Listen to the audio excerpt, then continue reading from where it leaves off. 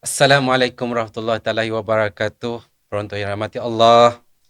Alhamdulillah kita panjatkan setinggi-tinggi doa dan kesyukuran kepada Allah. Alhamdulillah kita bertemu lagi dengan bulan Zulhijjah dan bulan yang banyak keistimewaannya dalam Islam. Dan bertemu juga kita dengan program khas podcast hari ini.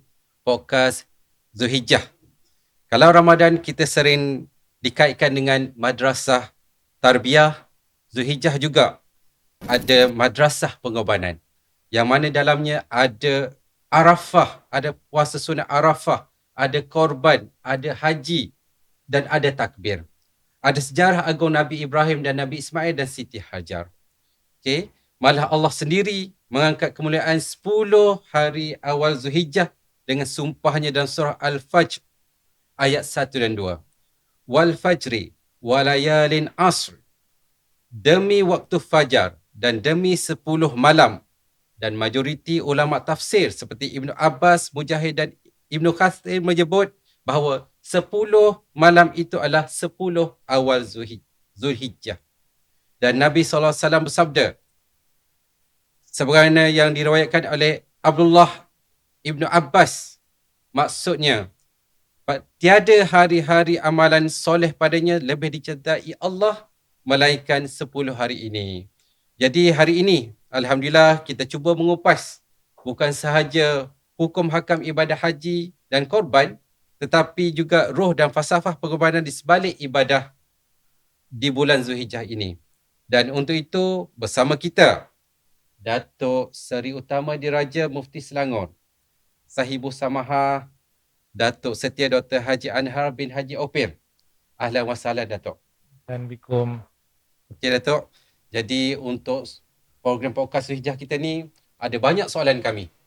Dan saya percaya juga ini adalah soalan penonton-penonton kita jugalah berkenaan dengan Zulhijjah, Haji, Arafah, Korban.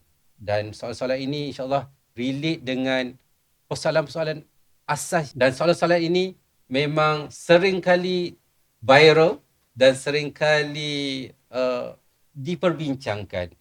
Okay, Datuk.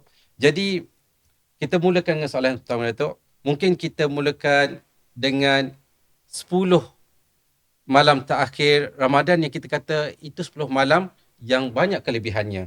Tetapi ramai yang tak sedar tentang 10 hari awal Zulhijjah. Dan sangat istimewa dan luar biasa.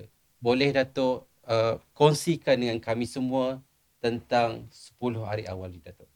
A'udzubillahi minasyaitonirrajim. Bismillahirrahmanirrahim. Assalamualaikum warahmatullahi wabarakatuh. Alhamdulillah wassalatu wassalamu ala Rasulillah sallallahu alaihi wasallam wa ala alihi wa sahbihi ajma'in, amma ba'd. Terima kasih pada Dr. Ri atas persoalan yang dikemukakan berkaitan dengan bulan Zulhijjah. Lebih spesifik lagi adalah 10 hari yang pertama daripada bulan Zulhijjah ini. Yang pertama sekali, tuan-tuan dan puan-puan sekalian, bulan Zulhijjah adalah termasuk daripada bulan-bulan haram yang 4. Kita ada bulan Zulqa'dah, kita ada bulan Zulhijjah, kita ada bulan Muharram dan kita ada bulan Rajab.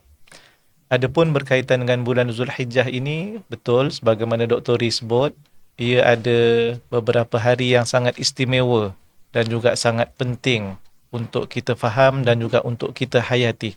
Lebih-lebih lagi apabila Nabi SAW sebut sebagaimana riwayat daripada Ibn Abbas radhiyallahu anhuma di dalam Sahih Al-Bukhari, Nabi SAW bersabda, "Ma min ayyamin al-amalu salihu fiha ahabbu ila Allah min hadhil ayyam al-ashr." Tidak ada mana-mana hari di atas muka bumi ini dalam setahun yang amal soleh dilakukan padanya paling disukai oleh Allah Subhanahu wa taala berbanding dengan hari-hari yang 10. Hari-hari yang 10 ini sebenarnya merujuk sebagaimana Dr. Ri sebutkan tadi, iaitu 10 malam, 10 hari yang disebut dalam Al-Quran dalam surah Al-Fajr, iaitu 10 hari yang awal, Al-Ashrul Awal min Zulhijjah. Dalam hadis ini juga para sahabat bertanya, sebagai minta penjelasan daripada Nabi SAW, lalu mereka berkata, qalu walal jihadu fi sabilillah ya Rasulullah. Wahai Rasulullah, walaupun nak dibandingkan dengan jihad fi sabilillah, kemudian Nabi SAW pun bersabda, walal jihadu fi sabilillah illa rajulun kharaja binafsihi wa malihi falam yarji' min dhalika bisyai'in. Dan tak sama juga dengan jihad fi sabilillah. Maknanya hari yang 10 daripada Zulhijjah yang pertama ini tadi, itu lebih istimewa dan lebih penting kerana amal soleh sangat disukai oleh Allah Ta'ala jika dilakukan padanya, walaupun dibandingkan dengan jihad fi sabilillah.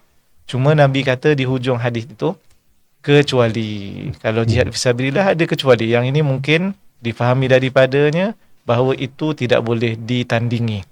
Iaitulah seseorang yang keluar dengan dirinya, begitu juga dengan hartanya, kemudian tidak pulang daripada jihad itu dengan sesuatu pun. Dengan maksud, para ulama syarahkan hadis ini, maknanya pergi berjihad fi sabilillah, kemudian mati syahid. Mati syahid saja yang maknanya ini lebih tinggi dan lebih utama fadilatnya. Tapi dengan bandingan amalan-amalan yang lain, maka 10 hari yang pertama Zulhijjah itu lebih disukai oleh Allah Ta'ala jika kita lakukannya pada tarikh-tarikh tersebut.